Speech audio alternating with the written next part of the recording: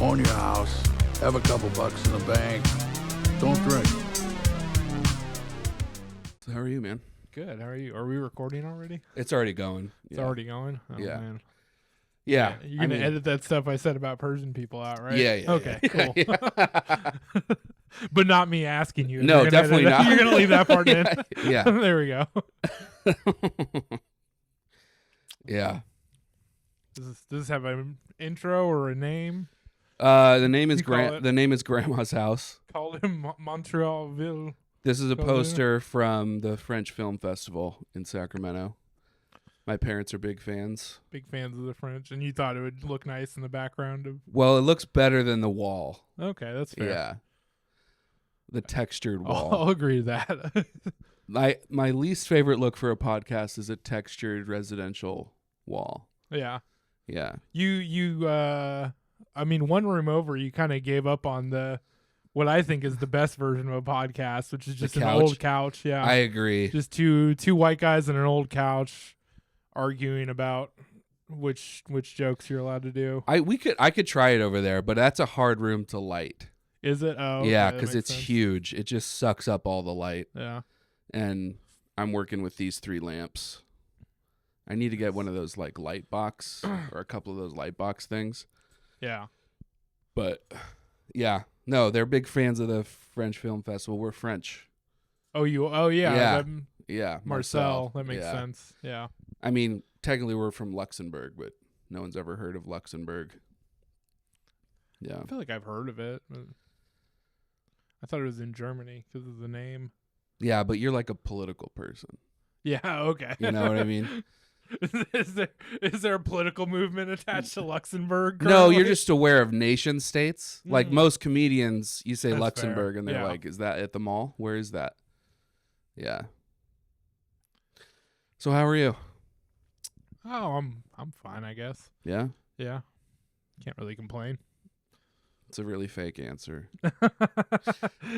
What do you want me to say? Well, this is so I argued with Uber for an hour today about $3. That's how I am. hell yeah. Yeah. What was the issue? Just I had to cancel one because they didn't show up and they didn't like. Uber does this thing where they just like steal from their employees every once in a while. Mm-hmm. And then I assume the business model is every time they don't get caught, that's a little extra for them. Yes. But they told some like weird lies today. Well, first, as soon as you contact them, they're going to do what every place does, which is they're just going to copy and paste the help page about the thing that you said. Instacart does the same thing. Yeah. Yeah, it's infuriating. So they do that first. Oh, this might be them calling me. Pick it up. Hello? Yes. Sure. Yeah, no, we can talk about this. You're on a podcast, though, but that's okay. Thank you so much for taking the time to connect with me. But before we dive into your issue, I'd like to quickly go over a couple of things. Is that okay? Yeah. All right. And I also want to let you know that this call will be recorded for quality and training purposes. Would that be okay? Yeah, that's fine. It's recorded on my end, too. Thank you very much. Lastly, sir, for security purposes, will you provide me your first and last name, including your email address and phone number? Yeah, Henry Pullin. You have to censor this part. All right. Thank you so much, sir. But will you please complete to me your email address? Thank you so much, Sir Henry. I have already verified your account. So basically, I'm reaching out to you in regards to this concern of yours about the cancellation fee for a canceled reservation trip. Is that correct? Yes. All right. Rest assured, I'm here to assist you in resolving this issue, okay? Sure. I didn't get any of By that. the way, Sir Henry, I appreciate you on bringing this to our attention. And I do apologize for the earlier misunderstanding regarding your status as a fleet driver. I know that upon checking here, you are not a fleet driver. And in regards to the reservation trip that was canceled, we're sorry to hear as well about the trouble with this pickup. But the good news here is that I have already adjusted the cancellation fee to $4.41 on your account. Okay. So I got the $4, and I'm not part of a fleet. Yes, I definitely understand, sir. I apologize for misunderstanding. No, that's okay. I just Thank you so checking. much. All right. Is there anything else? No, I think that'll be it. All right. If that's the case, sir, Henry, thank you so much for taking my call. And there's a quick survey after this call, and have a good one. Bye-bye. Bye. I think I'll be skipping the survey. My favorite part of that is how much money they spent to get you your $4 back. Yeah, that was great. Because I mean, what's her time worth? 25 an hour, probably. Seems doubtful. See, 25 why cents would you an say hour, that? maybe. This isn't one of those racist podcasts. I'm not that doing you're used to. racism. I don't think they ship the jobs out of the country to pay $24 an hour for them still. Yeah, that's true. That's a bummer. Do you feel good now? Do you feel like it's been No, resolved? nothing about that feels good at all. You got your money back. But you though. have to do it, I guess. Yeah. You have to make it clear that you're going to get your money back so that they do it to you less, I guess. I'll be honest with you. I've never called someone customer service to get $3. Yeah, it's not really about that though. It's like prison, you know? Like if you let them take your cupcake today, it doesn't matter if you don't want to eat the cupcake. Right. You better throw the cupcake in the fucking garbage right in front of them because otherwise it's the principle and what it does to your reputation. otherwise Uber is going to be taking your ass in the middle of the night the next time. They're going to be rolling you over and giving you a little fun in the sun. I've been doing Instacart for a few months, and I just ran into this kid at 3 a.m. 21-year-old kid who was also doing Instacart, but he also does Uber Eats and DoorDash at the same time. And he has all three apps running, and then he gets orders and he picks the biggest order and then he turns the other two off. Yeah. And he said he does 12 hours at a time, which is massive. But he makes like $300 in 12 hours. That's not bad. It's not bad at all. I mean, because like 200, if you do 30 days, 12 hours, 200, it's $6,000. I think the most I ever made doing Uber was like $250 in like 6.5 hours. And that was like nonstop, like it was just driving the whole time. It was 6.5 hours straight of driving essentially. This is like tell me you're a comedian without telling me you're a comedian. Yeah. This is the audience has to love this right now. Audience? Yeah, I guess they would have to exist. I think the audience for this episode will be bored with me watching it to edit it and you watching the first 10 minutes to make sure it was okay. Oh, I don't watch the first 10 yeah, minutes all at all. right, fair. Yeah. Someday maybe it'll have I think I watched my own podcast once, and that's the most I've ever watched of anything that I'm on. I barely watch my own sets, honestly. Yeah. I hate watching my own sets, but they say it's the worst thing ever. Yeah. It really is. I don't like how my voice sounds. No one likes how their voice sounds. When because your voice doesn't sound like that. Right. Because your voice in your head, your voice sounds like your voice. It's something about like you're hearing your voice through like your throat vibrating your ear essentially more than you're hearing your voice like bounce back off the wall at you. So you're hearing a version of your voice that doesn't exist. That makes it so much worse. Yeah. Nobody like whatever everybody hears in their head is different than what everybody else hears. Yeah, I hate that. I've heard that before. I forgot about it, but yeah. You have a good voice. You sound disinterested, but right now or all the time. All the time. Yeah, that's what I'm going for. If you sound aloof and disinterested, then it's harder for people to hurt you. Like if you were on the Titanic, you'd be like, "Bummer, guys." Yeah. Sucks that this is happening, right? If I was on the Titanic, I'm confident I would have survived. You think so? Absolutely. Because you'd float? Because I would. Massive. First of all, I would float. Second of all, I have a lot of insulation to do well in the cold water. Shaped like a raft. I'm already shaped like a raft. I could have saved fucking what's his name? Mm-hmm. Jack. Jack could have clung on to you. Jack could have climbed on my back. Yeah. We would have been lifelong friends. Yep. I'm a good swimmer. And then you'd be the one getting drawn and screwed in the back of a automobile. But I'd be alive. Yeah. It's crazy that they still had fucking in the back of a car like all the way back then. I feel like as soon as the car was invented, they're like, we're gonna. I think there was fucking in horse-drawn carriages. Oh yeah, that makes sense. Yeah. So Yeah. it's really you're just fucking in the back of the horseless carriage at that point. Yes. Yeah. Yeah. That's been a classic Makes probably sense. since Chariots. Yeah. Probably hard to fuck in a chariot. You got to do it standing up. Yeah, chariot's a little weirder. So yeah, fucking in a chariot's kind of like fucking in a Segway. yeah, or on one of those Lime scooters. Yeah.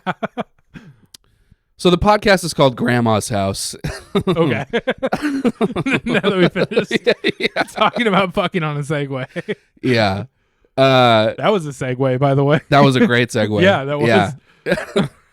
that was we had both kinds of segues in professional this, grade. in the last 5 minutes of this conversation. Yeah. You hear that, you guys? That's what you get on the Grandma's House podcast. You Yeah, get professional fuck you guys. segues. I don't. Are we mad at the But- audience? I don't know. Yeah. I'll be mad at them once they're there. Okay. Yeah. Yeah. But the original vision for this was I recorded at my grandma's house Right. because she has a spare bedroom. But there's an entire, it's like the bedroom is a little bit bigger than this, and there's an entire grand piano in it. Right. And so it's not really workable. But this works because my mom is also a grandma.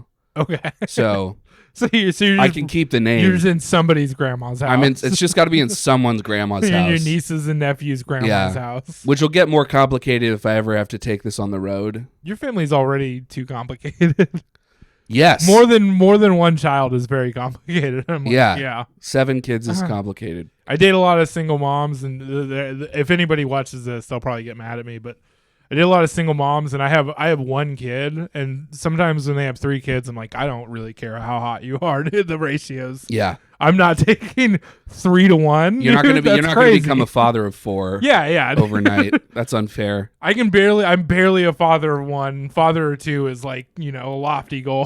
Father Yeah. of 4 is like, Yeah. we're gonna lose one of them. Like, Dude, dating in your 30s, everyone on the apps has kids. Yeah.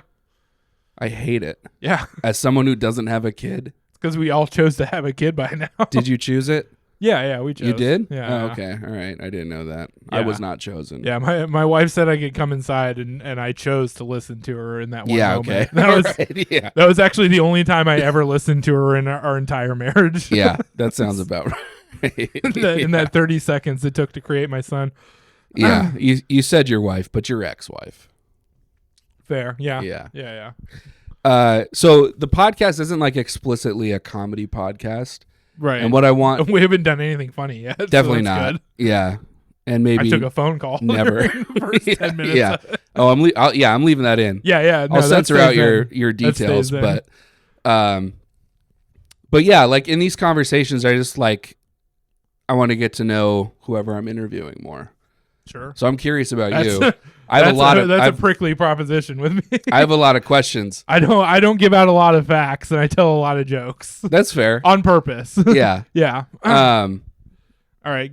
But let's hear let's these start. Let's questions. Yeah. start from the beginning. Where'd you grow up? What was it like growing up? Family? Grew up all over California and Louisiana some as well. How long were you in Louisiana?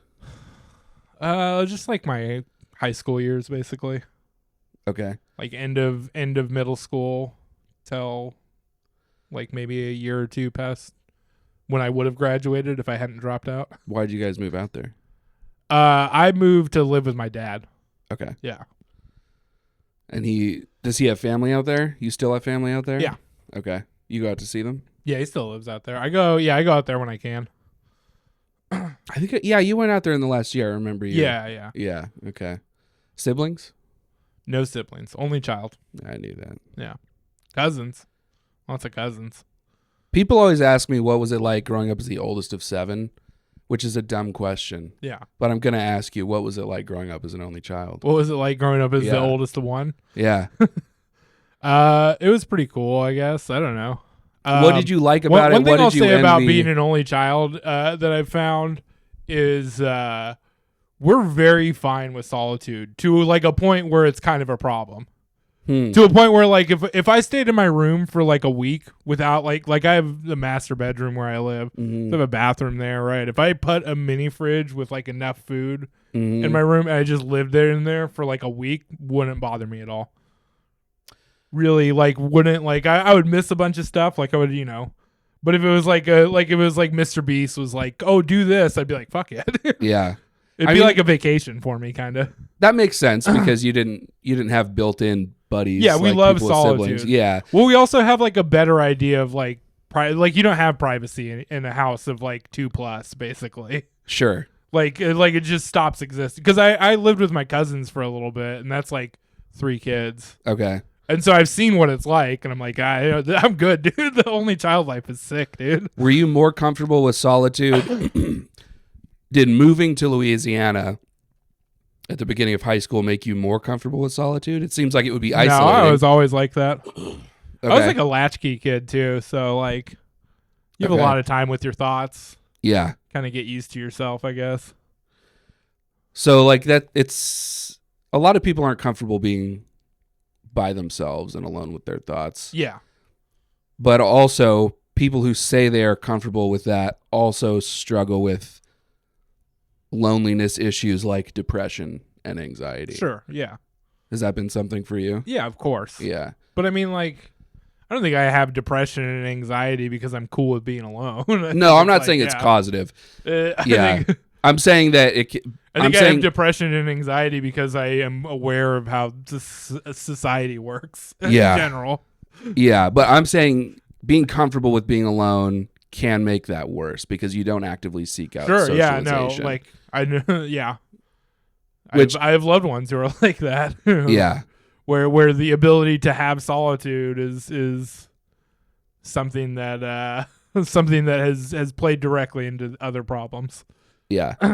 And even though I grew up oldest of 7, I am very comfortable being alone, and I'll do the same thing. If I have food and entertainment, I'll stay in one place for 2 weeks and generally be okay. But I've also had points in my life, like the lowest point in my life, I was 415 pounds, depressed, suicidal ideation, anxious, drinking, smoking every day, and just isolating. Yeah, for all of those reasons. I mean, it's hard when you work in the sky. You have to have the good year written on the side of you. There's nobody else up there. There we go. Yeah. The deflection of intimacy. You got people inside your belly, I guess, but you don't really interact with them. I know we're on a good topic when Henry's trying to deflect. Yeah. Have you had a low point like that in your life? Oh yeah. Several. Yeah. Not everyone has. Not everyone has. Where you just feel like, no. I would say my life is like mostly low points, honestly. I would say I'm at a low point and then something happens. I'm like, oh, this is great. And then, eventually I had a kid and then I was like, oh, I guess life is worth living. Really? Yeah. Having a kid gave you that perspective? In a way, it gave me more focus on stuff, honestly. Like, when you have a kid, it's like there a lot of decisions just leave. Like if you're a good parent, I guess. Sure. A lot of bad parenting comes from making the less obvious decision in certain situations, but there's kind of a relief of burden when you have a kid where it's like, oh, I don't have to decide. I'm just going to do this now, Right. This is it's not like it's not like, oh, should I scam my roommates and like try to try to not pay the rent this month and claim hardship and stuff. It's like, oh no, I have a kid. I have to go to work today. Like you wake up in the morning, you're like, oh, I have to go to work or the state will take my child. Did you feel that immediately when your son was born, or was it over time? I think I was just terrified when my son was born, honestly. How old were you when he was born? I should be able to do basic math here. 28? Yeah. Oh, okay. That's not young to have a kid. I mean, maybe it is now. Yeah, it wasn't like oh, I'm terrified to have a kid. I had planned to have a kid. It was just like, once he was born, and you're like, fuck, you got to keep it alive now. That shit's scary. Yeah. So, and he was like born breech too. He was like turned around when he came out. Oh, jeez. Yeah. Okay. It was crazy. Born at the hospital. Yeah. No, when they pulled him out, he was blue, and they took him over and did like CPR on him and shit. And fucking, that's terrifying. Yeah, that probably took about 3 seconds. It felt like about 10,000 years. Like literally, like it was the longest moment of my entire life. Not close, But yeah, yeah, that's awful. yeah. But he came out okay. Did he have to stay in the He's NICU? fine, healthy as a horse. Nice. He had to go down to NCU just because he was born breech. They always like take him down there. Yeah. But he just like the second they were able to bring him back up from there, they're like, yeah, we're clearing the bed out and get him back up here. Okay. He's good. I was born. I had aspirated, Okay. so I had inhaled fluid on my geez. way out, and then Yeah. I was in the NICU for 2 weeks, I think. Yeah, that's Yeah. crazy. Yeah, which some people in my family theorize is why I like being alone so much. It was crazy being in there. I'm not like I'm like a religious person, I guess, but I'm not like a big God person necessarily. But when I was in that, because I went down there, like she had to just stay in the bed. She was all fucking destroyed after that. Like she lost a lot of blood too. There was a point in the whole process where I was like, oh, I'm gonna lose both of them. This is sick. Yeah, that's why I say it's like once you have a kid, it's like terrifying. All the Yeah. time. But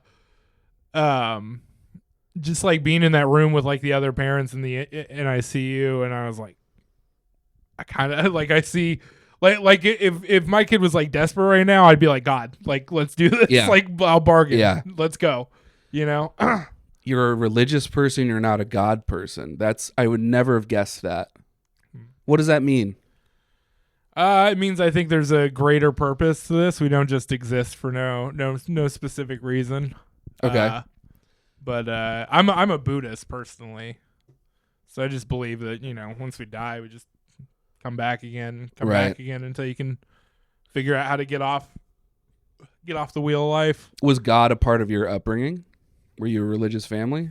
Not really. I would call both my parents like scientific, atheistic. I don't know. Like, I don't know what you call it, but there's like a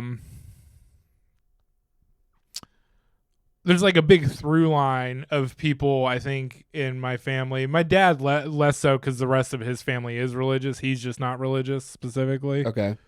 But and that's because he's a very like smart, science-minded person. Mm-hmm. It sounds like I'm calling religious people stupid, which I'm not. But like, I didn't take it that way. there is like for whatever reason, people in like these like side, and that's like my mom's side of the family. They're all. Some of them are religious. They're all religious, but none of them really believe, I think, in anything. Like my grandma never went to church when she didn't have to. So they'll go to church on and holidays. She was a scientist. She was a geologist, and so really? Yeah. So and her dad was her dad was a great scientist too. So mom was a geologist. What was dad? Her dad was. No, I meant your dad. Oh, my dad was in the Marines. Oh, wow. Yeah, okay. my mom, she's like a botanist. Okay. Yeah. That's awesome. So, how did you come to Buddhism? I just read a book about it one time, and I was like, oh, that's what I believe, actually. Okay. Yeah. I took an Eastern religions class, and it had the descriptions, like generalized descriptions of all the stuff, and it was like, Buddhism just thinks that like the universe is like just this, open idea, and that like and like specifically the Buddha says that life is essentially a journey to try and find truth and beauty. Mm-hmm. And that really resonated with me. I was like, I guess that is what I actually believe. Like that is the camera might have just cut out. Oh, no memory card. And we're back. And we're back with Henry Pullin, who rode here on a pogo stick and couldn't stop saying the N-word when he walked in. All of those things are true. So, in a parallel Buddhism. universe. There we go. Buddhism, yeah. So, yeah, I think you just, life is chaos. You're born, figure a few things out, see some cool shit, you die, come back again, do it all over again. Keep doing that forever until you learn some greater lesson that's eluded you the entire time. Is there a Buddhist practice that you do? I meditate. I try to have good karma, I guess. So the idea of karma, I feel like, gets misinterpreted by people. How so? I think people in the West think it's like a 1-for-1 thing, and it's more like if you're a bad person, you're gonna have a bad time.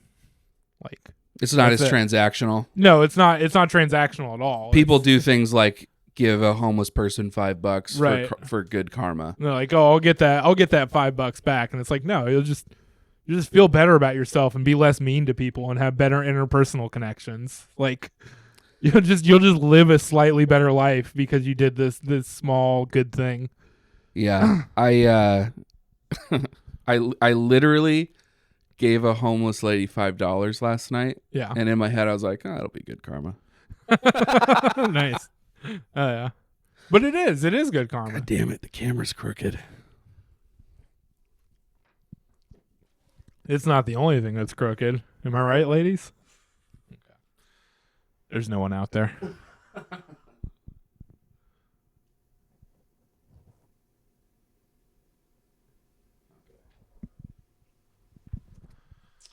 If anyone wants to be a producer for the Grandma's House podcast for free, I'll give you a percentage ownership so that when it blows up, you'll get cash. But You know, it's a good deal because I won't take it.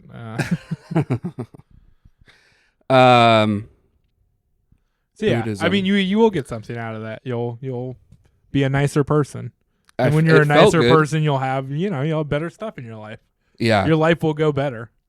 I think one of the other issues is in the West, we just have too much, anyways.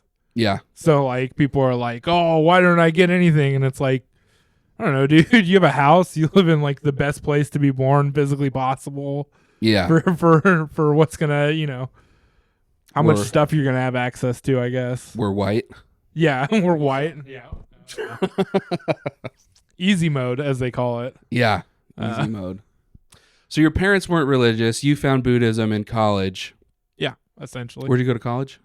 A few places. I went to Delta College and I went to American River College. I went to ARC. Yeah. Yep. And you studied culinary arts. Studied the culinary arts. Yeah. Yep. Did not get a degree there. Is that what you wanted what did you want to be as a kid? What do you think life was going to be for you? Ooh, that's a good question. I don't know that I had that many I always had really stupid kind of flippant dreams about what I wanted to whatever I wanted to be, I think at any given time was always just whatever I was into. Okay. Like if you asked me when I was a kid, I'd be like, I want to make micro machines or something. And then Okay.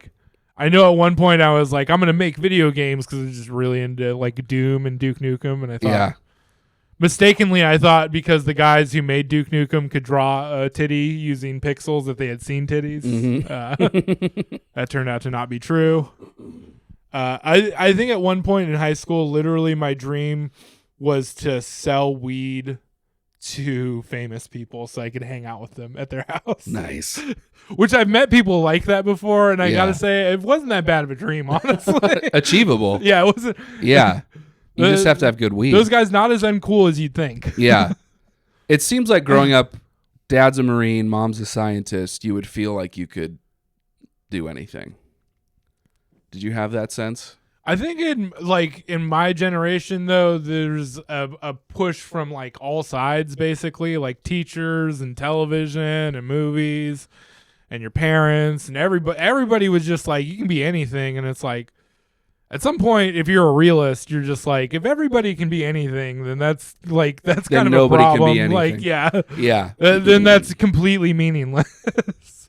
They're not wrong. Anybody can be anything in a Yeah. manner of speaking. When did that kind of relativism enter your mind? Very early. I was an extremely cynical child. Do you remember why it did? Or I don't that's know. just your temperament, maybe? Maybe my parents split up. I don't. Something. Yeah. A therapist would probably point to that. I guess so. I don't know. I wouldn't pay a therapist very much to point to that. No shit, stupid. I paid a therapist to teach me to meditate. Great. I didn't know that's what I was paying for, but that's all we did. Honestly, meditation saved my life. Meditation's That's not great. Yeah. That's not an overstatement. Meditation and yoga, I think, are two very undervalued things, and I get it because it's dumb, hokey, I get like I said, I've been a very cynical person in my life, so I get Yeah.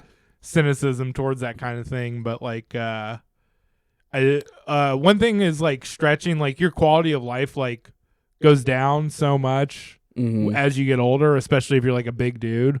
Yeah. And like stretching is like one of the things that helps you with that. That's all yoga is. It's like a really long stretch.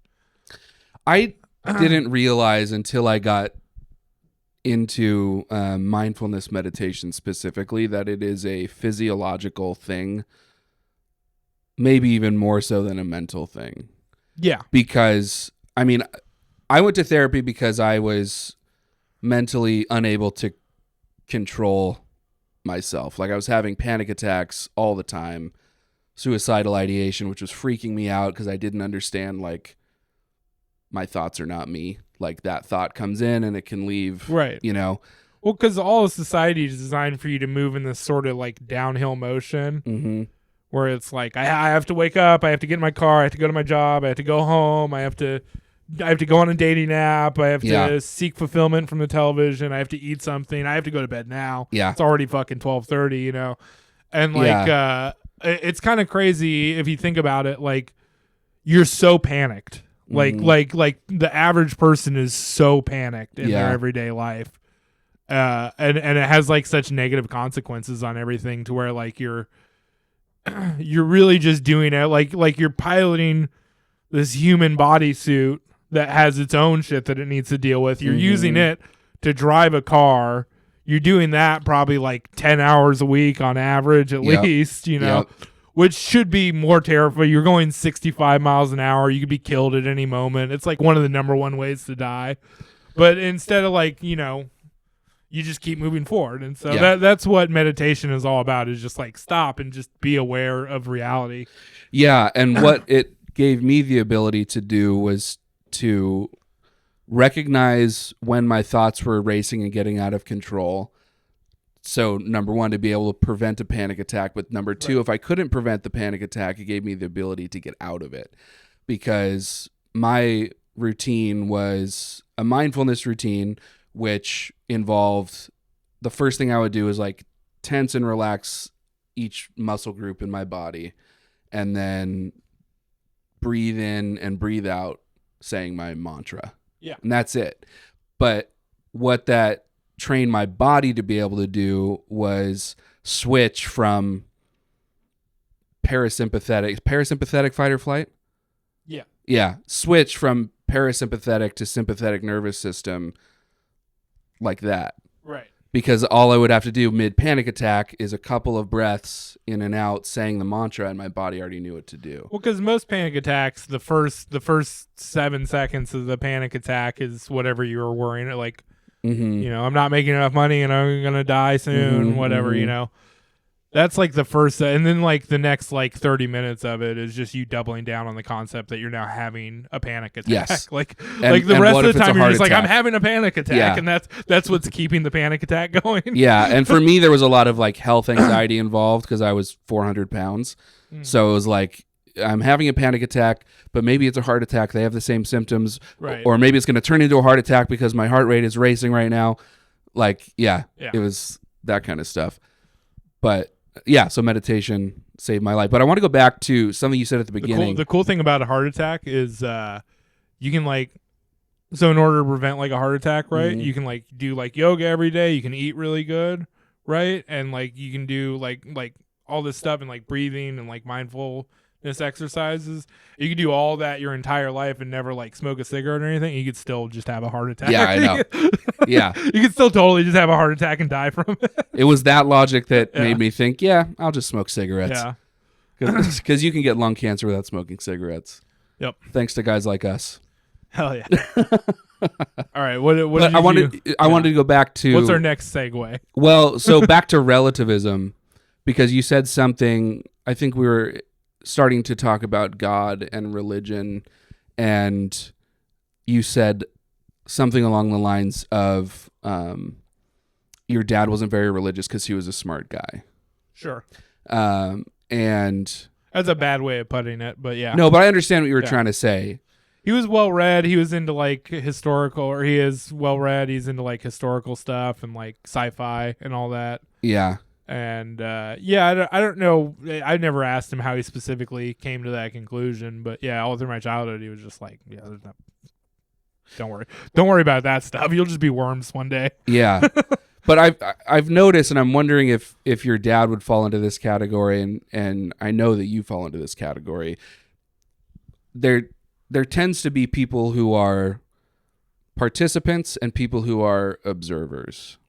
Okay. And the participants, this is my own binary that I've created to help me understand the world. But the participants they don't question life. Like they go to high school, they go to college, they get the job with the career ladder, they get married, they have the kids, sure. They have the planned, retirement.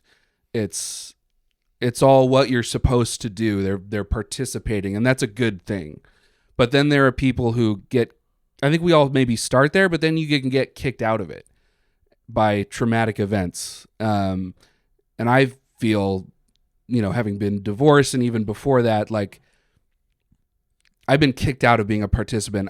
I'm an observer. Right. An observer is like a nice way to say, like, I tend to be pretty cynical. Yeah. And if you have that experience in your life where you were participating and then something horrible happened to you and now you question everything, sure, it's very hard to get back to participation, especially when it comes to things like religion. I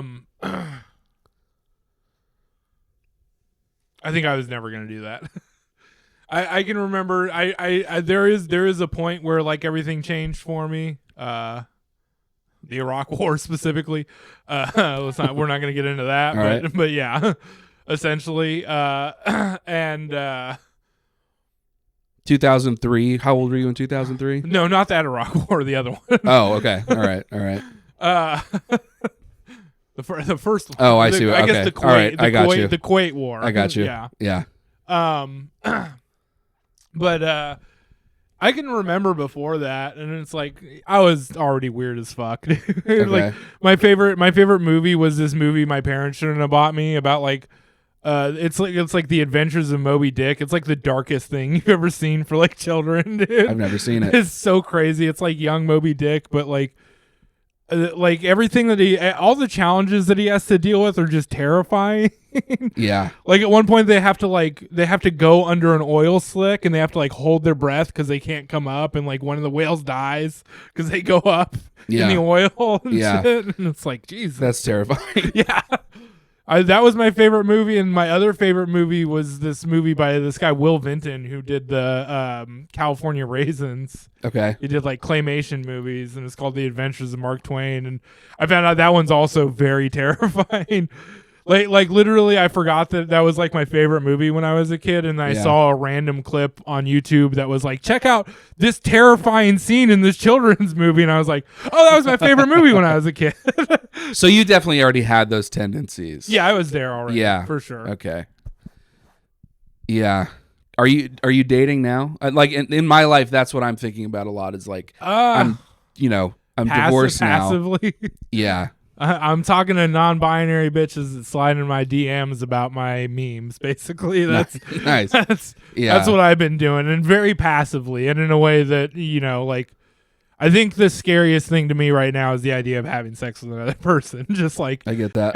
Like as soon as somebody's like, "Oh, I like you. Here's my phone number." I'm like, "Cool. I'm never gonna use that." Yeah. Bye. God, because you also like too needy. You get the dopamine. Too needy. Too needy. Yeah. Bitch, I should have to be begging for your phone number. What are you doing? She's like, I want to do more than talk to you when you're really high in the middle of the night. You're like, that's all there is. That's all there is, dude. Yeah. You mean you want to be with me and watch me while I play video games? Right. That's the rest of the time. Yeah. But there is something to that of like, I'll message a girl on an app, or even like I'll have connected with someone in real life, like after a show.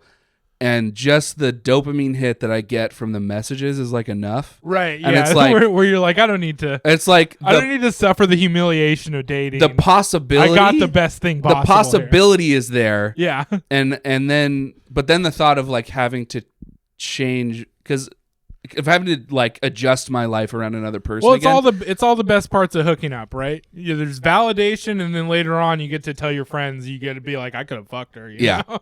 Like, Yeah. That's it. That's all guys care about. You just get to live in that little Guys delusion. don't actually like sex. They just want to impress the boys, basically. I think generally that's true. Yeah. Yeah. I think so too, honestly. Yeah, the social cred that it gets you is definitely a big part of the equation. That's why I think like gay guys are like the happiest people in society. Because like they just did like a cheat code, basically. They were just like, oh, we'll just fuck our boys instead. Like, yeah. what if we skipped women entirely? This isn't an incel podcast. Oh, to be clear, men and women are both disgusting monsters. I'm non-binary. I pick no side. But I've seen both sides of it, and boy, is it grim on either end of the spectrum. Yeah, yeah. Boy, is it no surprise that dating is hard. Yeah, which is a very cynical view.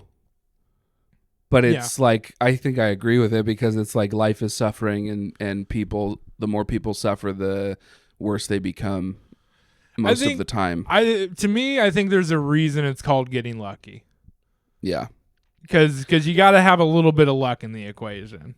Yeah. And like, I think the incel thing is weird because people are like, that guy's fucking all the chicks. And it's like, those chicks are fucking all the guys. Yes. We won't name names because this will get really messy really fast.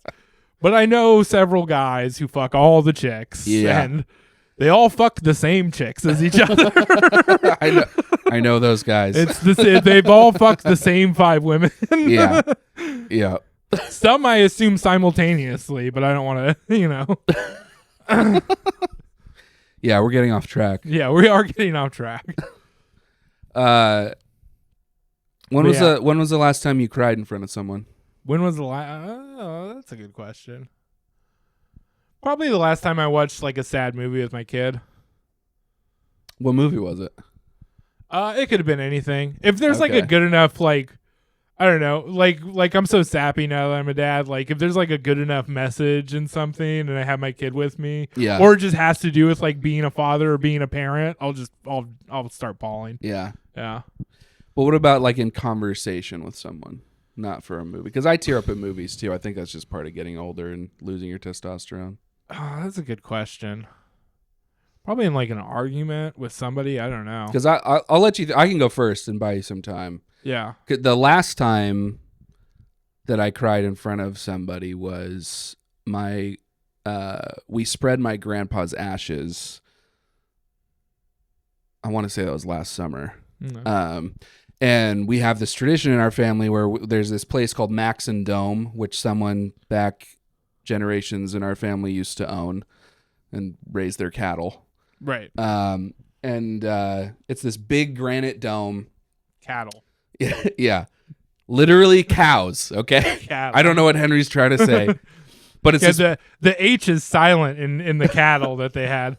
I'm going to ignore that. But it's this big granite dome. It sticks up 1,000 feet out of the forest. It's a arduous hike, but we go up there, and that's where we spread our ashes. Yeah. That's our thing. So we're up there, and You know what's fucked up is I was trying to think of a good joke about you spreading your grandpa's ashes. There's And then instead I bailed on that immediately and remembered that chattel and cattle share a lot of letters. and that's on you. And went for a racism reference. Yeah. Went for this guy, he's one of them. Yeah. Get him. Get him, libs. No, we definitely weren't. We were very poor. Yeah. Very, very poor. But we had his funeral in town, but then up on the top of the and then you dome, went we to had spread another it little over the dome. ceremony, Yeah. and he meant a lot to me, and we were very close, and he was definitely, one of the father figures in my life, and so I was bawling the whole time up there. Yeah. Most of us were, and the dome is 10,000 feet, so when you cry at 10,000 feet, you're left with a massive headache. Ooh. So it was like we all cried up there. You all just had And like then a we headache. all had like a 12-mile hike back to camp with with huge headaches and just like emotionally drained But that was the last time Bet you guys slept good that night, though. for sure. Yeah. Yeah. And then the time before that was the night that my wife and I separated. Yeah. Wasn't in front of her. It was, I left the house I didn't have a plan for where I was going to go. I knew I was going to leave the house, but we had our conversation. It went, I mean, I don't think it didn't go well, but they never go well. And I drove to my sister's house, and as soon as I got there, I just broke down. Okay. Just bawling my Is this eyes the out. sister I've met? Or a different Catherine. sister? I don't think you've met Catherine. Okay. You met Ellie. I've only met one sister so far. Yeah. You haven't met I met Catherine one yet. sister, one brother, and one future brother-in-law, I Yeah. guess. Catherine is one of, if not the most responsible sibling, and Okay. she's a nurse. She's got 2 kids, Right. husband, house. She's like the next matriarch in line, essentially. 100%. Okay. Yeah, she's gonna run holidays pretty soon. But yeah, I got to her house and just completely broke down, and I was. It's an interesting question, though, the idea of crying in front of somebody, because I don't like often cry in front of people specifically, because I try to like calm down more. I get like really cried out of sadness in public was probably like my grandma's funeral. That was like that was weird. That was right when my son was born too. Oh wow. Yeah. Like there's a picture of me and my son's like 2 days old. Yeah. And I'm holding him in a hospital and I'm wearing a suit. Mm-hmm. Yeah. That's tragic. What was your grandma's presence like in your life? She was a big presence in my life. We lived together for a long time. I tried to take care of her in her later years. We always went like camping and fishing together too. Mm-hmm. And hunting a little bit as well. Grandma hunted. Yeah. That's cool. Yeah. Well, I mean, her dad was born on like a fucking Siberian tundra. Like her Really? Yeah. So like, she was a pretty tough lady. Like she wasn't like manly, but like she did anything like the men would do. Okay. And from a generation where you didn't necessarily do that too, but like she was in the military when she was young. She worked as like I guess women could get jobs doing what do you call that? Like requisitions for ammo. She basically worked in the cage where all the ammunitions was stored, essentially. Yeah. She was born and raised in the U.S. Yeah, she was born in Pittsburgh. Okay. Yeah. Pittsburgh, PA. Yeah. Hunting. My grandma doesn't hunt. Yeah. She's played the piano for 70 years, which is badass, but she doesn't hunt. Yeah. Yeah. A lot of people's grandmas don't hunt, apparently. Yeah. Yeah. But camping and fishing, I did a lot of that with my grandpa. He taught me how to fly fish. Yeah. And you lived with your grandma. So were you involved in the funeral? Did you have to give the eulogy? No, I didn't have to do anything like that. It was kind of weird. I don't know. It was funny because like I lived with her for like a long time, but then like, you know, the rest of my family is like her kids. So they kind of took control of everything. And I was like, I don't know. It's hard to explain, but, and I don't want anybody in my family to see this and call me, ever. You think your family will watch this podcast? I don't think so. Are you going to send it to them? But in the there's an group off chat? chance. You want? Yeah. No, I'm good. All right. There's an off chance, so I'll keep it detail light. But yeah, it was interesting. I didn't really care. It was just like, oh, here's all these people I haven't seen in forever. Mm-hmm. Yeah, I gave one of the eulogies at my grandpa's funeral. Yeah, There were 3. it sounds like they trimmed it down a lot, considering there were 7 of you. A lot of people, dude, I'm one of 7. My mom has 3 other siblings. One of them has 10 kids. One of them has 4 kids. One of them has 3 kids. There's a lot of people. That's a lot. Yeah. So I was very grateful and felt very honored that I was one of the ones to give a eulogy for him. But yeah. This podcast is going to be a bummer. I hope so. Dude, I'm so bored. I'm so bored of comedy podcasts that talk about nothing. Yeah. Because that's all we do when we hang out, which is fun. After a mic, after a show, like we're just bullshitting. No one's talking about anything meaningful. And it's like, that's kind of how we unwind. I hate it when they do on podcasts. Sometimes they'll just start doing something that's like actively annoying to the listener. And it's like, what the fuck are you doing? Yeah. Dude? They'll like all start singing a song together, and it's like, I'm trying to, like, people are trying to drive their cars and like work out to this. Yeah. Like, be a fucking professional, dude. It's also annoying to me when their intro or outro music is like blaring and very obnoxious. Yeah. Like, I love Stavi's World, Yeah. but the intro and outro music is like grating on the ears. Oh yeah. I always fall asleep with YouTube on, and I turn like if I turn the TV off, it's because I heard the Stavi's World theme. Yeah. Yeah. You fall asleep with long form YouTube or YouTube Shorts? Just whatever. I don't I've been think about falling it too asleep much. to YouTube Shorts. It's Yeah. not good. Yeah, that seems like it's bad for your brain. Dude, everything's bad. Everything I'm doing right now is bad for my brain Yeah. because I'm waking up at 3 p.m. Let's talk about things that you've fallen asleep to over the years, because things stop working and you have to shift it. That's neither of us started out like at some point one of us had like a DVD of The Office that we fell asleep to. Remember falling asleep Things to I've DVDs? fallen asleep to. I've never fallen asleep to a DVD. Really? Okay. I didn't have a TV You're in my not a big room TV growing up. in the room person. No. Yeah. And I watch. I have a monitor and a desk, and I watch at the Yeah. desk. I've watched that stuff evolve though. At one point, I just had a computer that it had like everything on it. Yeah. So it had like The Office. Oh, so you and just have the Arrested computer. Oh, I Development. guess I've done that. Okay. Yeah, all those, and it would just play them in like a huge playlist, and I'd just fall asleep to that. But even that, I got bored of. I got to the point where like I could just like say the stuff from that, and I realized it was just like on all the time. Yeah. I did my most falling asleep to watching TV in college. Yeah, And I would have I'd be laying on my back with my laptop on my chest. And I'm watching whatever my show was. I watched Breaking Bad. I watched Psych. I watched and watched Psych a lot in college. Okay, so you're on the road. You're in a hotel, right? Yeah. You start flipping through cable television because you didn't bring anything with you to watch. What are you falling asleep to on cable at the hotel? Probably Family Guy. Family Guy? Yeah. That makes sense, yeah. Yeah, but realistically, I'm going to watch porn on my phone and jerk off and fall asleep. I'm not leaving the TV on. You're That's not insane. leaving the TV No. on? No, I leave the TV on the whole time. Like, even when I'm outside of the hotel room, I leave the TV on. Really? Yeah. Why? I don't know. It's hard to explain. You like I to guess- have... I guess I think it makes people think there's somebody in there and they don't mess with your stuff. Okay. Yeah. Is it about, like, feeling like there's someone there when you get back? Kind of, I guess, a little bit.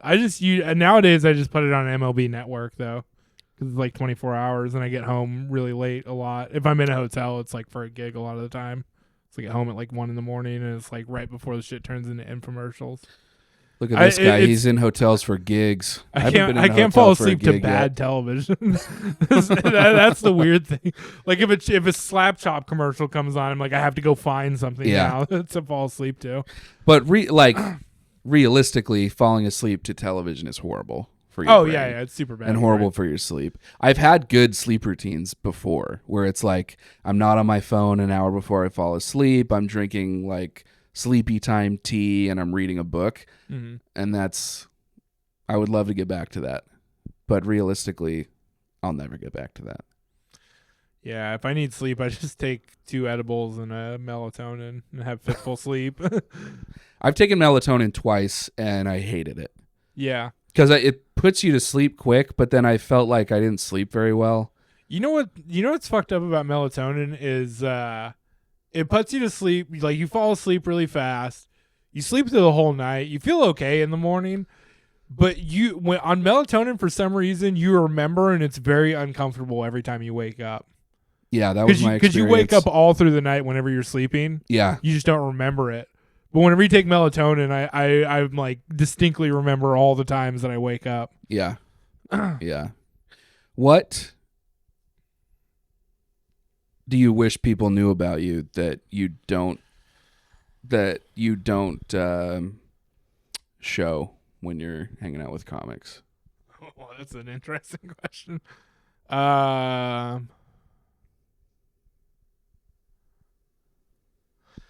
I guess I don't necessarily want people to know this because if they knew it, they might take advantage of it. But I am a very generous person. Mm-hmm. I think a lot of people don't necessarily, because I'm a mean comic, and I'm pretty proud of it. I don't really like. I feel like the whole point of comedy is we're not sensitive about people saying off the wall shit. For sure. Yeah. Yeah. and if you're gonna be like, but it's about me, that's like really like some weak shit, you know. But you know, I don't pick on anybody who I think can't take it or anything like that. I'm not like a bully or anything. But yeah, I'm a bit of a mean comic. So I think a lot of people don't necessarily know that I'm actually like a very generous person. Like, for example, if you from years of working in food service, if you it doesn't matter who it is. I've as a Californian, you got to kind of like, if you have change, be like, oh, here's some change to like homeless people. If you're a homeless person though, and you say, hey, I need something to eat, like I haven't eaten all day, I need something to eat. I will literally buy you a meal. Like, we will go together into the nearest place, and I'll buy you food. Yeah. And where does that come from? I mean, I guess it's kind of Southern hospitality. I just don't think like if a person tells you they're hungry or sick, you just help them. Like, yeah, you know.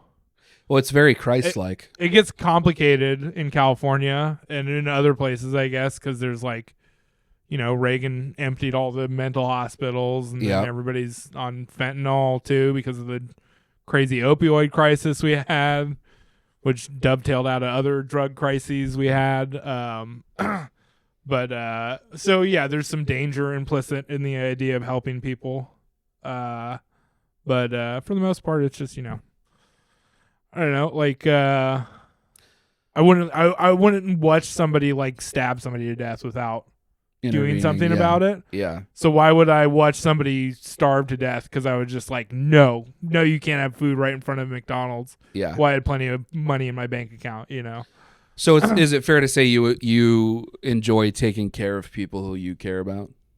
Sure, yeah. I like acts of service. I mean, I was in the service industry for a long time, so. Has that caused problems for you in relationships? And I'm asking because it has caused problems for me in relationships. Of getting taken advantage of. Yeah, sure. Yeah. Yeah, there's something there. What would be an example of that?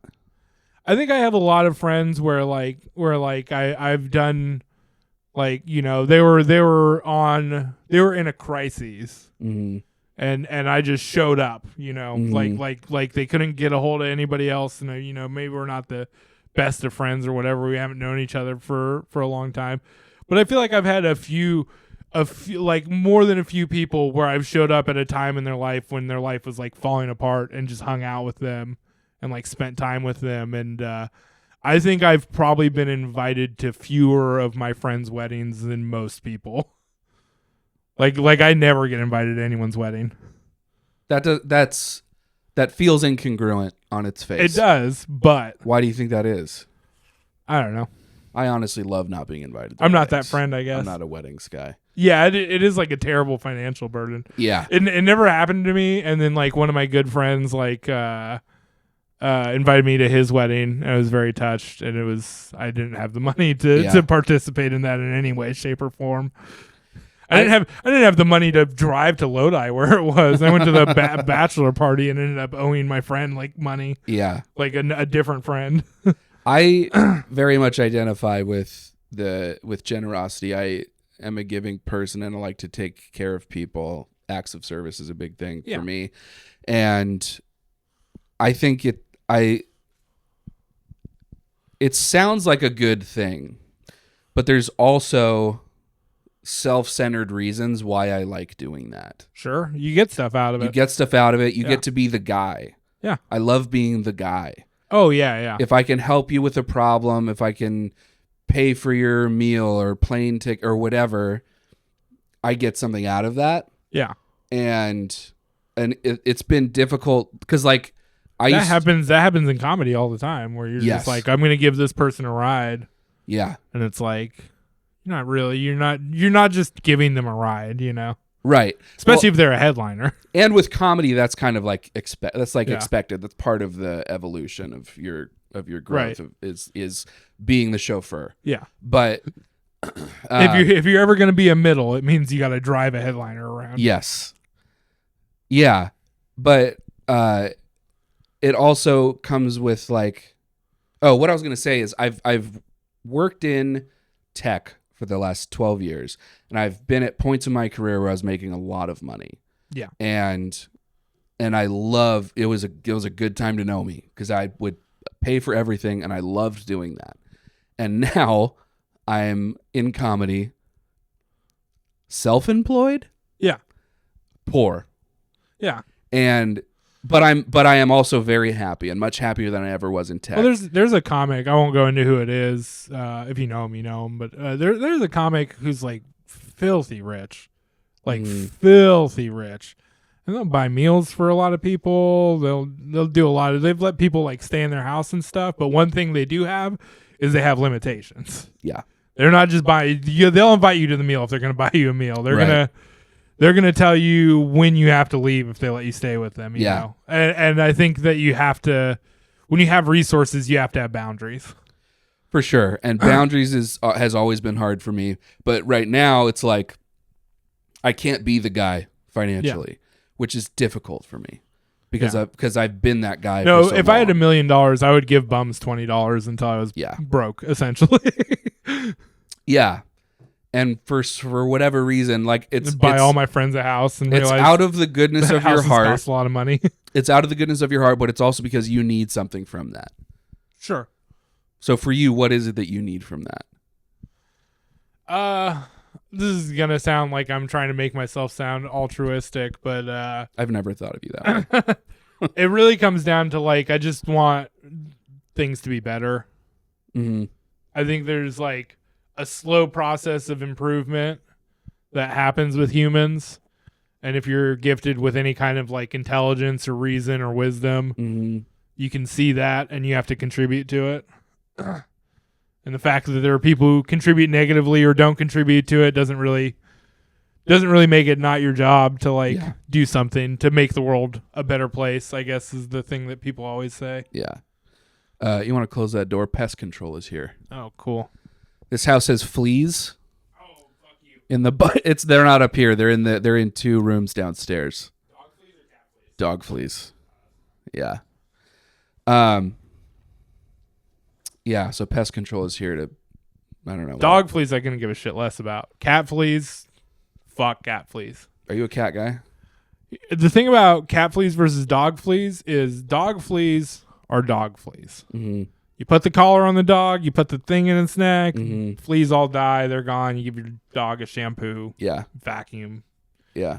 good to go. Cat fleas are also human fleas.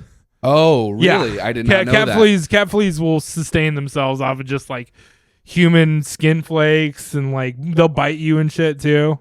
That's yeah. awful. Yeah. That's another reason to hate cats for me. Cat fleas are awful, dude. I just learned yesterday, because my parents are currently dealing with this problem with their chihuahua.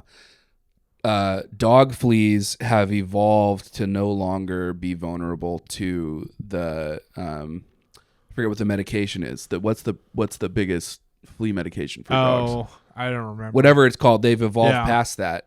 So now there's a new medication that you have to get. And the stock is plummeting. yeah. Turns out the company that only sells dog medication that doesn't work, Yeah. not having a good time. Yep. But it's like, yeah, that's insane. It's like viruses mutating to avoid antibiotics. Yeah. Yeah. What makes you content these days? Contentment is a really interesting feeling for me, and I've written about it and I've done a lot of reading about it. And what's fascinating about contentment is that it's the only emotion that you can feel that slows down your perception of time. Oh, interesting. Yeah. So in that way, it makes it a very valuable emotion. Yeah, that makes sense. Yeah. A comedy makes me feel contentment and fatherhood, I guess. Yeah. Yeah. Everything else makes me feel nervous and afraid. Yeah. Everything else is terrifying. Those two things make sense. So when are you most content? When have you been most content in the last month? Oh, just when I'm hanging out with my kid. Yeah. Fat meal in her belly, TV on, just sitting around shooting the shit. Not thinking about anything else, just there in that moment. Yeah, everything else doesn't exist because I don't have my kid as much right now because he lives a little farther away. Okay. But yeah, everything else isn't. I couldn't give a shit less about anything else. What do you guys do when you hang out? We just watch TV. We do like experiments sometimes. Experiments. Yeah, like he wants to be a scientist. Okay. So there's this guy, Mark Rober, who does I like love Mark shout out Rober. Mark Rober. Yeah. So we'll do like some of the stuff he does on there for kids. I get him like the box. Sometimes we do Legos. We just kind of kick it, Yeah. see what we're feeling. He wants to be a scientist. Yeah. That's so cool. He's really smart. He's smart and he's very normal. Wow. Yeah, it's really That weird. must be a relief. It's very nice. It makes me very proud. It's also like very daunting for me and my ex-wife because we're both like damaged people. Okay. And so we look at him and we're like, I guess he's like fine. Like I guess that's what that looks like. He's just like neurotypical. He's neurotypical. He gets really good grades. Yeah. His favorite thing in the world is the subject that he wants to be a master of when he grows up. Like all of the books that he reads are about science and all this stuff. And so, That's amazing. yeah, we just look at it and we're like, it's like a perfect game. Mhm. Are you familiar? Do you The watch base- baseball? yeah, mhm. Yeah. Like as a perfect game evolves, you're just like, we gotta just stand back. Like we can't make this happen. We can't will this to happen, Yeah. and we can't stop it either. So Yeah. we gotta just be cool about it. How old is he? He's 12. 12, and he Yeah. wants to be a scientist. Yep. Damn. When I was 12, I didn't know what I wanted to be. Yeah. Gay. Yay. Nailed it. Could have threw one of those in there. He wants to be a scientist at 12. Yeah. How long has that been a thing for him? Probably a while, honestly. At least 3 years, possibly more. What kind of scientist? He wants to work for NASA. Yeah. I think he wants to work at the Jet Propulsion Laboratory, JPL. If Mark Rober can do it, anyone can. Yeah, that's true. Okay, as intelligent as he is, he can be a bit of a rube. Yeah. So you find contentment when you're hanging out with your kid and from comedy. Yeah. Seems like it would have to be more intermittent with comedy. When are you most content with comedy? I mean, I'm fine with bombing. I'm content with that, honestly. Okay. I've gotten to a point where like my act is good and the new stuff that I write is good and I get accolades when I perform somewhere I've never been before. So I just fucking accept that, dude. Like you can't like no somebody who I really look up to, I'll say who because this isn't like bad or anything, but somebody I look up to is Connor Martin. And I just think he's like one of the sharpest joke writers in Sacramento, and that's stiff competition too. Yeah. He said to me one time, he's like, "You always have like new stuff that like works," and I was like, "Yeah, I guess I gotta just fucking accept that like I'm doing okay now." Yeah. Why did you get into comedy in the first place? I always loved it, I guess. You were always a I fan? should have done it a long time ago. I never knew the barrier to entry was so low. It's at the floor. Yeah. Yeah. It started, it was already very low, and then it turns out like a lot of people just recently found out how low it is too. Yeah. Because there's been an explosion of new comics, and it's a plague. It is a plague. Yeah, There's it's too bad. many comics. Every time there's a new comic, I'm like, fuck. Yeah. Yeah. Okay, so you were always a fan. I don't learn their names for like the first 3 months in case they quit. Yeah. Because you just learn too many people's. I learned that trick.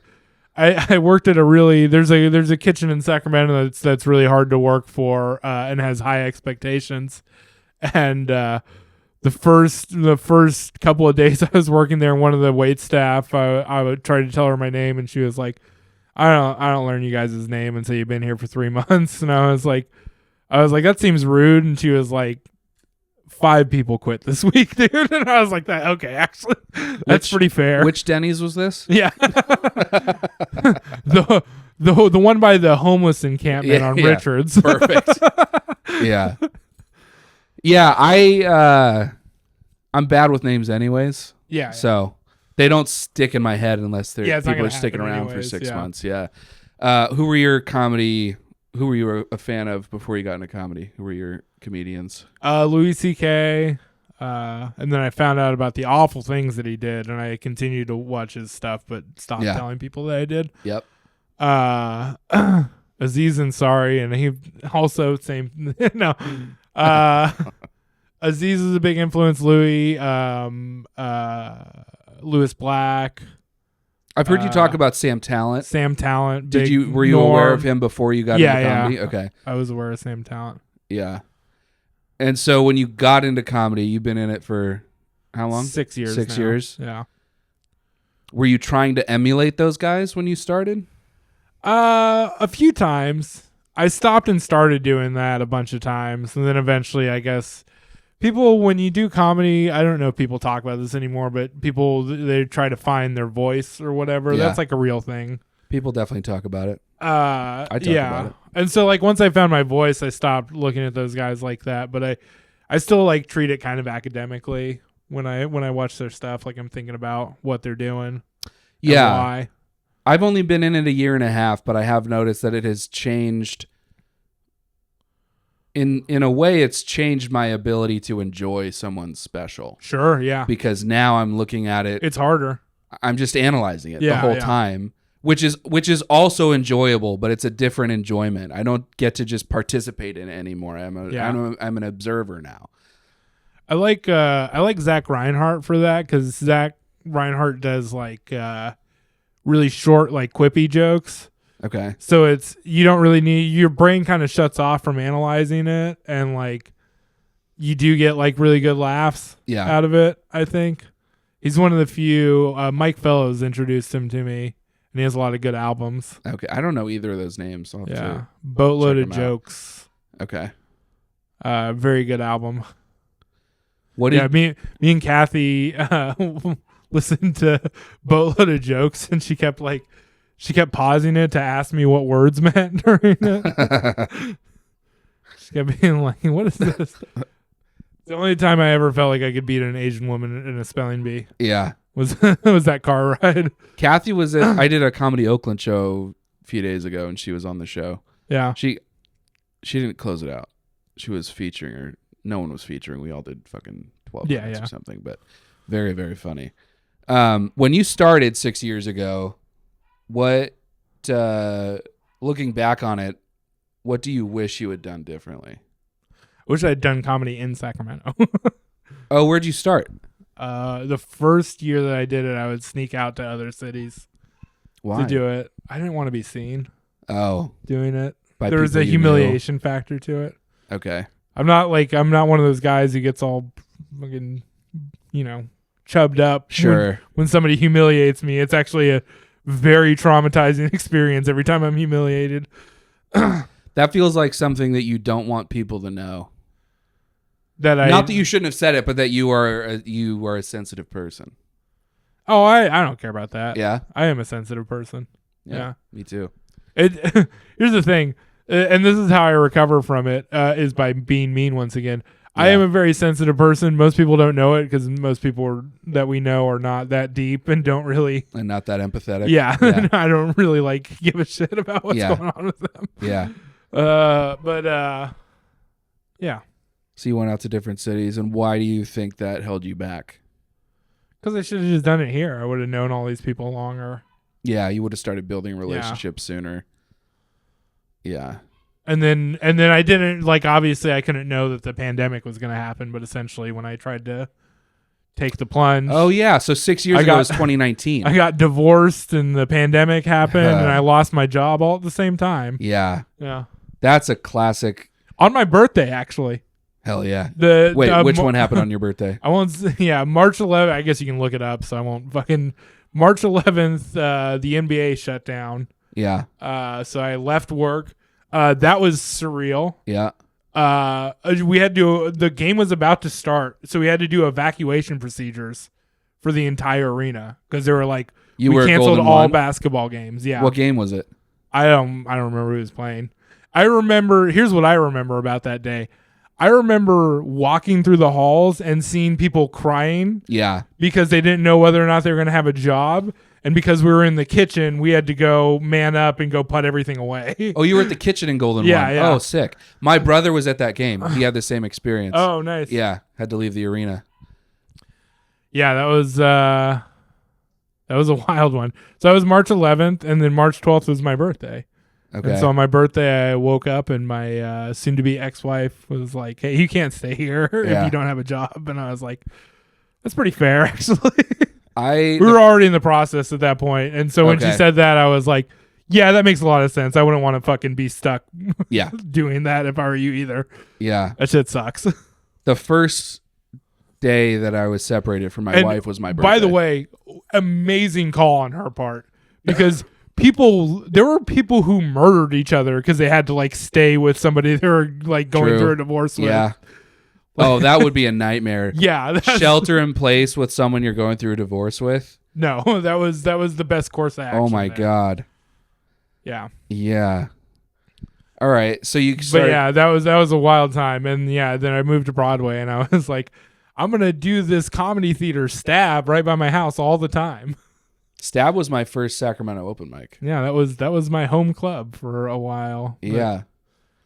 What was your first open mic in Sacramento?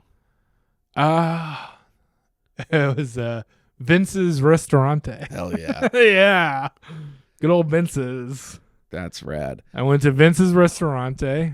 I saw a bunch of people who don't live in Sacramento anymore. I don't think even most of the people that did comedy that night do comedy in Sacramento. Yeah. That was the first time I met Parker Newman. Okay. He kept asking everybody how many years they'd been in comedy. Mm-hmm. It was interesting. It's a newbie thing to do. I did the same thing. Well, he wasn't a newbie though. He wasn't? Yeah, Parker had been doing it since he was like 17. Okay, I don't think Parker. he was that new. Yeah, he's such a genuine person. Yeah. Yeah, my first mic here was Stab, but my first mic ever was in Austin at the Creek in the Cave. Oh, really? And it was 2 days before I did the mic at Stab. I was in Austin. So wait, who dared you to go up? What no happened one. there? I was in Austin for a business trip. I was there on my own. Okay. And I've always been a fan of comedy. I knew it was happening in Austin. I knew about the Mothership. So I went to the Mothership to see a show. And then I got back to the hotel room at like... And you're like, why are there Nazis everywhere? This is crazy. Yeah. I guess I'll go to the Creek in the Cave tomorrow and see if they're still cool. No, actually what it was like was, oh yeah, 6th Street really is a hellhole. Holy shit. Oh yeah. Yeah, but I went to the show. It was like, you go to Kill Tony and you're like, I actually see why these guys are Nazis now. After going on 6th Street, I'm like, I'm a little bit right wing myself now. Yes. Yeah, but I went to, I think it was a Joe Rogan and Friends show. Sure. And then I got back to the hotel at like 11. And I had always had in the back Joe of my was mind. the man for so long. Oh, for sure. Because he saved the Comedy Store and he confronted Carlos Mencia. Yeah. And then got essentially blackballed from the Comedy Store for a long time, but then came back and saved it when it was about to go under and stuff. Yeah, I mean, people say what they say about him. He's the reason that what's his name got to the Comedy Store. The guy who was on Norm's show. Nick Swartzen? No. Norm's show. His talk show. It doesn't matter. Anyways. Yeah, I don't know. But I got back to the hotel and I had been wanting to try comedy for a long time, and I was like, fuck it, let me just look up, see if there's an open mic I can go to. So there was an open mic at Creek in the Cave. I think it started at midnight. And it was crazy because Cam Patterson was there. Oh, nice. Who's a Kill Tony person. So your first open mic was with Cam Patterson? Yeah. That's sick. Was he good? He was hilarious. And it was at Creek in the Cave. He seems like one of those guys who was that funny before he even started comedy. Yeah. He seems like one of those guys where somebody just finally put a microphone in his hand. Definitely. But it was Creek in the Cave, which people in the comedy world are like, oh, that's super cool. But there were literally 4 people in the audience. It was just like every other open mic. It's a real open mic. And Cam Patterson is doing crowd work with these 2 girls. And who's the other not older, but maybe early 40s black comic in Austin? Brian Simpson. Oh, yeah. He was also at the mic. Yeah. And they went up early and I went up at 1 a.m. Right. But Because they're important people. Yeah. They go up early. But I got They on go closer to midnight. Yeah. Everybody else goes up late. Yeah. But I didn't have jokes. Nice. I was just like, for me, I knew it was like, I just have to pop the cherry. So what I had was notes. I had been doing a lot of writing and like putting it on my blog and doing short stories. Okay. So I had all these notes of things that I wanted to write about. So you did a short story that went nowhere. I didn't do a short story. I just had index cards, and I was just like, the index cards had like, one of them had, it was like a profile of a person you would see at an airport, like the typical business guy with the blue blazer and the rolling suitcase and whatever. So I just went up with these index cards and just like talked about them and tried to make them funny. I'm sure it was horrible, but I got some courtesy laughs. Nice. And then You got some people who felt bad for you. That's yeah, good. but it went well enough that I was like, oh, I'm going to do this for the rest of my life. Nice. So then I got on the plane to go back to Sacramento. And by this you mean read business. Yes. Yeah. Business cards. Yeah. There is something magnificent about someone truly getting silence, even if it's their first time. It's crazy to me because I think it's so hard to actually get like full silence because like if you're aggressively unfunny, that becomes funny to the audience at some point.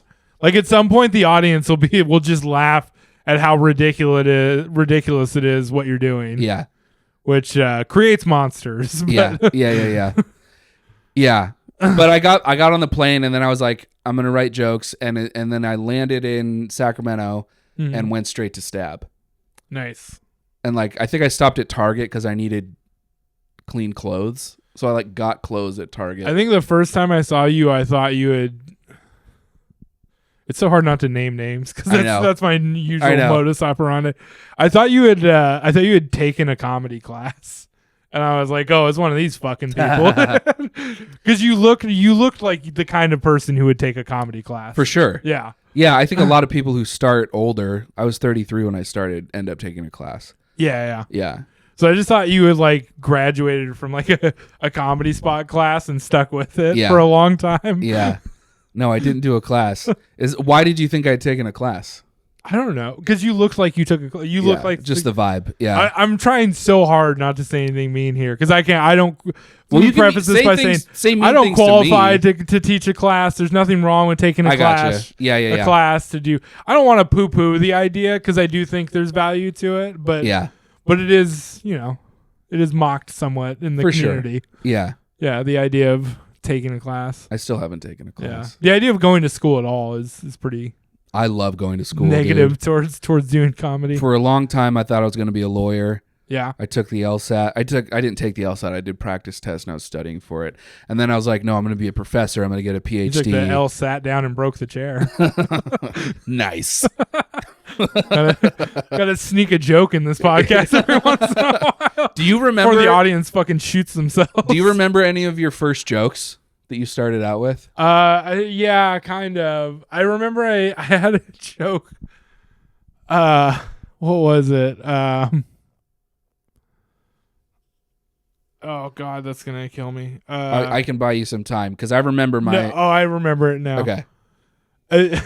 This is the perfect example of saying something funny and then not having a follow up at all or a punchline. I used to just go on stage and just go. You guys ever mix up Pat Robertson and Robert Pattinson?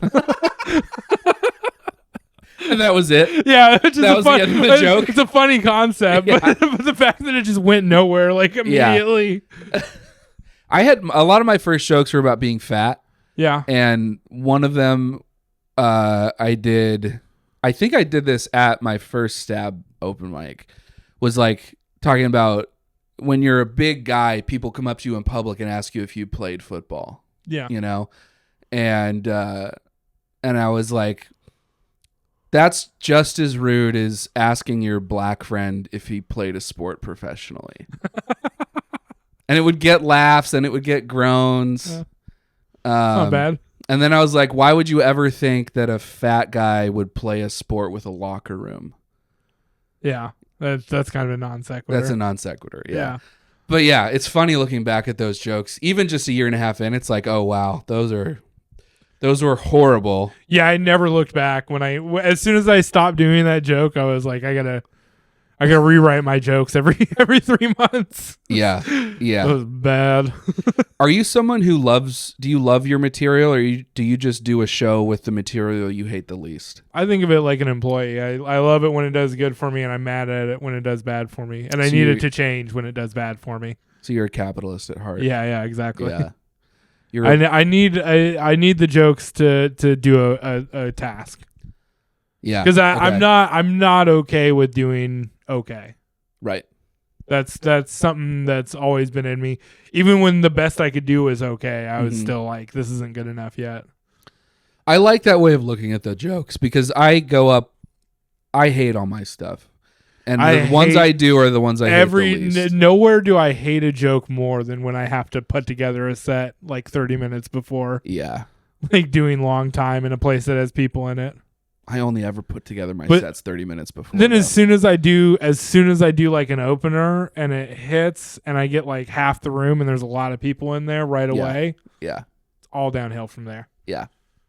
Once that happens, I'm in the best mood in the world. If my opener doesn't hit, I'm pissed. I'm pissed for the rest of the set. Yeah. It probably contributes more to bombing than the actual jokes do. I was talking to Sydney, is it Steigert's? Yeah. Sydney Steigert's, very talented comedian out of Sacramento.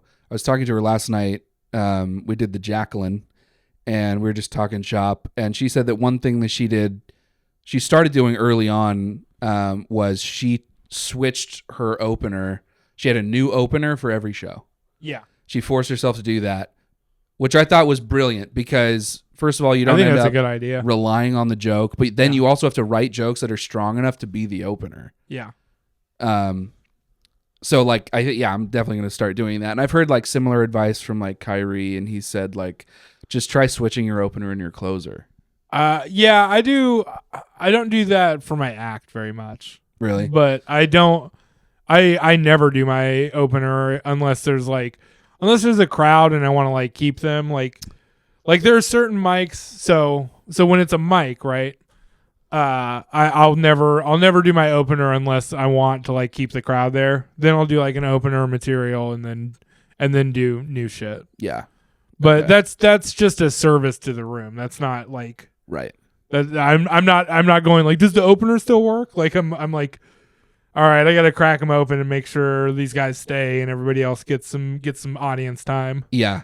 Yeah. Because they talk about stage time, but what you really want is audience time. Yes, especially at an open mic. Yeah, and that's why Def Puppy had to push people away because they bring an audience out every week. I've consistently started. Maybe in the last 6 months, I've been doing this more and more of opening my sets with riffs, either based on the last comic's jokes or something that happened in the room, to establish myself in the room, and also I feel like it gets the audience on my side. Right. You have to learn to do that for shows. Yeah. You really have to do that at shows. I feel like so many guys like do that trick at this point that like you have to have a short opener, and before you even do your short opener, you have to find one thing that you can call out like immediately. Yes. Like something like it's like a call out, I think, is why people are so caught off by it. A call out. Yeah. But yeah, you have to call something out, whether it's like the last person who was up, or you just have to roast something. You roast the room, roast the last person that was up, do whatever. But in your clips that you send either to bookers or festivals, whatever, do your clips include a call out at the beginning? Yes. My clips, even if it's room specific, Really? Okay. Because I've been in my head about that a little bit. They're asking me for a set. They're not asking me for, and like they're not gonna go, oh, I can't see the tiki mask in the back of the room that's too big that this guy's talking about. This joke doesn't make sense to me. They're gonna go, oh, it's something I can't see, but it got a huge pop right at the beginning. Okay. And also, you shouldn't ever edit. Like your clip should include like your intro. It should include the host bringing you up.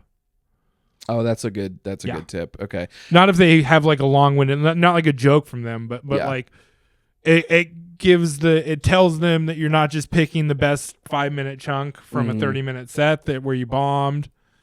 It's part of the procedure, right? That's good to hear. They 'cause want to I've- see you in like a professional Yeah, setting. I've been in essentially. my head about it, and then I'm like, okay, I have to record a set where I just go straight into material, but I don't like going straight into material. Yeah, okay. Yeah. That's freeing. And if you want to know the truth, I don't submit clips almost ever. I just get by on People word just of mouth. know you like that? Yeah. Do you submit not to in a good, festivals? not in a good way. Yeah. Like I'm not doing the work kind of way. I got you. Yeah. So do you submit to festivals or no? Not usually. No. Just out of laziness or? Pretty much. Yeah. I think I do have like a confrontational thing too, where I want to be asked Oh, to I do see. certain stuff. That is a thing though. Like, But also getting asked to do stuff is addictive in comedy, and it's not necessarily how the whole thing works. You ask to work. yes. If you work clubs, you ask to work. I think And there's a whole part of your career where you ask to work all the time, and you hope to get to a point where someone asks you to work. but it's not in your first 1 to 2 years, I would say. No. I think if you're in your first 1 to 2 years, you take the shows that come to you for the most part. And Yeah. that's what I have been doing. I have now started to ask a little bit, and I've also been like, people have been recommending me to other Yeah. bookers, and I've been getting shows that way. But I see comics in the scene, and this is just my opinion, and if you get offended by it, grow up. I see comics in the scene asking bookers for a spot on their show in public. So there'll be a Yeah. group of comics after a show or a mic. Hey, everybody, if you ask a booker to get booked to their show in public, you're a hack. Yes. I think that it's rude because you have to give the booker the opportunity to say no, because you're not all that. You're going to ask Not to me. be on I'll their say show. no in front of everybody. Henry will say no in front of. I have seen him do it. It'll be embarrassing. But yeah, don't ask bookers in front of people if you can Yeah. be on their show. Send them a DM or ask Definitely them don't one-on-one. ask me in front of people, because I will tell you why I won't in front of everyone. Yeah. Yeah, but that's something that's been happening in the scene that's bugging me because I just think it's rude. Yeah, it's not great behavior. Yeah. But what are you working on comedy wise right now? What's your next goal or thing you're looking at? Just get passed at a club to host, basically. Are you targeting one club in particular? Targeting implies me doing the work, which is not happening. Yeah. I go to Deaf Puppy and I have a good set, and then I stand in front of Scott and I go, "Ooh," and he Yeah. goes, "I don't book this at all," and I go, Yeah. "Okay, yeah, that's right." Yeah. And then I leave, and then with Jenny, I just have, for various reasons, none of them having anything to do with laughs at all. Haven't been to laughs all year. Yeah. I think I did like one competition there Yeah. this whole year, so that's not going great. And the other one I actively don't participate in. It's fair. Yeah. Yeah, I get tunnel vision on stuff. Yeah. And I've definitely had tunnel vision on like putting a lot of weight on getting past as soon as I can somewhere. Yeah. Which I don't think is fully a bad thing, because especially I've started late in life. I need to be all gas, no brakes as much as possible. Like, I'm willing to wait, but only as long as I Yeah. have to. I think if you're older, you have to like truncate the timeline. Yes. Like, you have to do what other people it takes 5 years to do. You got to do it in like 2 years. Yeah. Yeah. So that's what I'm trying to do. But I've also tried to like, because if you get tunnel vision on trying to get past, I think it makes you less likely to get past. Yeah. Because you seem desperate. And it's not helpful for your comedy necessarily. Yeah. Because fundamentally we should be working on getting funnier. That's the focus. Yeah, there's a whole business side to the industry. I don't know. I'm not, until the day I'm like really, really happy with the product, I'm not going to force it on anyone. Yeah. If you want it, you want it. If you don't, it's fine too. That pretty much sums up your whole vibe. Yeah. Makes sense. Well, we've been doing this an hour and a half. We can call it at any point. I don't care. Do you got any more Yeah. questions? You got any more questions in your little notebook? No, I think those are all my Think we questions. covered everything. I have really enjoyed this conversation and getting to know you better, Yeah. and I hope people find it interesting. I also don't care if they don't find it interesting because no one's watching. Right. There's. So. I don't think 0 people are capable of feeling anything at all. Yeah. Oh, one thing I wanted to touch on was Amy social will media. watch this. Shout out Amy. She will. I love Amy. Candace. Amber will watch this. Yeah. I started calling her Candace Comedians because I thought it was funny. And Candace then, Comedians. and then it stuck in my head. like that. Now sometimes I call her Candace. Yeah. There's a few people I know watch actual podcasts from all of us. There's not many Sacramento I've watched podcasts, a few. right? Yeah. I've watched all of Luke Soin's podcasts at this point. I haven't watched Luke's podcast yet. They're good. I like them. They're I fun. definitely watched Josh's podcast. Oh, his basketball one? Yeah. Or does he have another one? I've watched the basketball one. They had one where he interviewed comedians. I watched Maybe that was that before my time. because I appeared on it one time. Oh, nice. There was Okay. there was a segment where you burn a bridge with someone, where you basically call out someone, and I got called out. That's fun. Yeah. That's cool.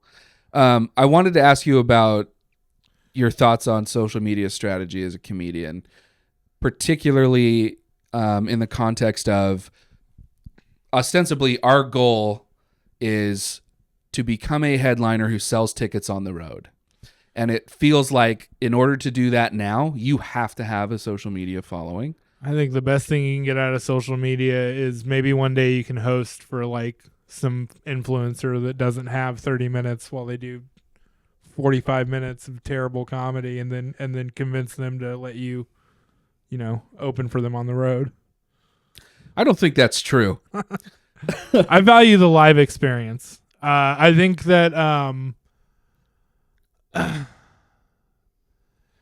computers have dulled us to the live experience, but I think it's also made the live experience way more valuable than it's been in a long time. People actually cherish the idea of the live experience.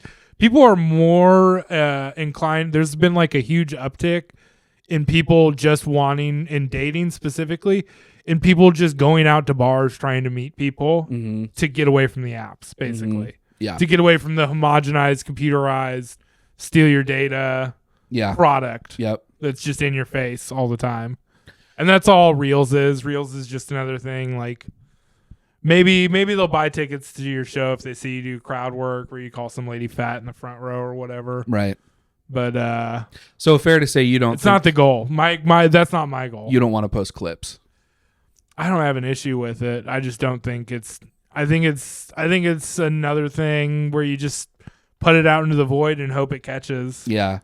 Kind of, but I don't think it's something that has to happen. I don't think you can rely on it to happen. You can't. My perspective on it right now, and the reason that I'm doing this podcast now, is that my goal is to sell tickets on the road as a headliner. Yeah. In order to get there, you need a following, and it seems like but there's different kinds of following. So some people they've got 100,000, 200,000 followers, but those people found them through clips while they were taking a shit. They're not likely to come out to a show. Right. Because they feel like they've seen your comedy. I think the most successful followings and the ones that generate the most ticket sales are the ones that found the comedian through a different avenue that wasn't necessarily comedy. So it could be a podcast. It could be sketches. It could be any number of things. But I think podcast is probably the most demonstrably successful avenue for comedians to be able to sell tickets. Yeah, get on some influencers' podcast and say something funny. That's the best you can do with that stuff. So the point of this, doing this now, is so that I have it ready years down the line. Yeah. When I'm ready to headline on the road. When you're headlining, somebody will watch this specific clip and they'll go, "Oh, this guy Henry Pullin was really funny. Oh, he's dead. Okay." Yeah, he died trying to fuck someone on a Segway. Yeah. Off of the Grand Canyon. Babe, let's get closer to the edge. It'll be thrilling. All right. Do you want to shout out your Instagram? I'll put it up on the screen. Free Palestine. That's not your Instagram. Yeah, that's what I got to say. All right, sick. All right. Let's call it. Yep. That's all I have to say to anybody in the social bubble.